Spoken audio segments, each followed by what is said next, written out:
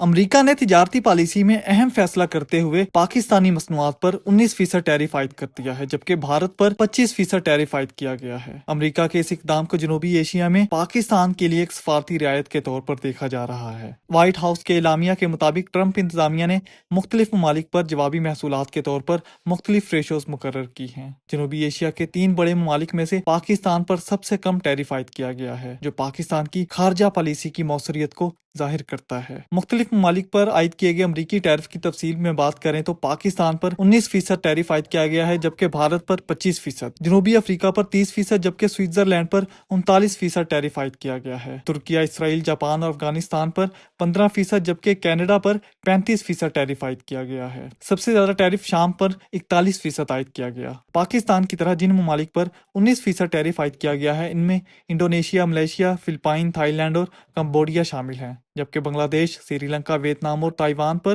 20% tariff لاگو کیا گیا ہے۔